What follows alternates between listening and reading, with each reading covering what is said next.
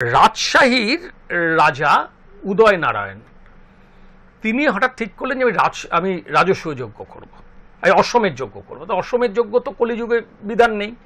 তার সভা পণ্ডিত রমেশ শাস্ত্রী তাকে বললেন যে এটা আপনি করতে পারবেন না মহারাজ, আপনি তার বদলে দুর্গা পুজো করুন।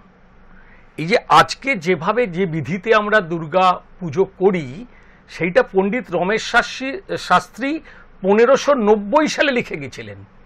সেইটা কিন্তু আজকে হয়তো একটু চেঞ্জ হয়েছে, বিভিন্ন পুরোহিতরা বা গবেষকরা তারা একটু চেঞ্জ করেছে, কিন্তু 1590-এর সেই লিখে যাওয়া বিধি আজকে আমরা পালন করি। এই যে বলা হয় অকাল বোধন শ্রীরামচন্দ্র করেছিলেন, তারপরে এই শরৎকালে অকাল বোধন বাংলায় আস্তে আস্তে শুরু হয়, তাহলে এই অকাল বোধনকে সামনে রেখে ব্যাপারটা শুরু হয়নি? যদি মাইথোলজি ধরি তাহলে আমাদের রামচন্দ্রকে ধরতেই হবে, কারণ ওটা বাদ দিয়ে হবে না।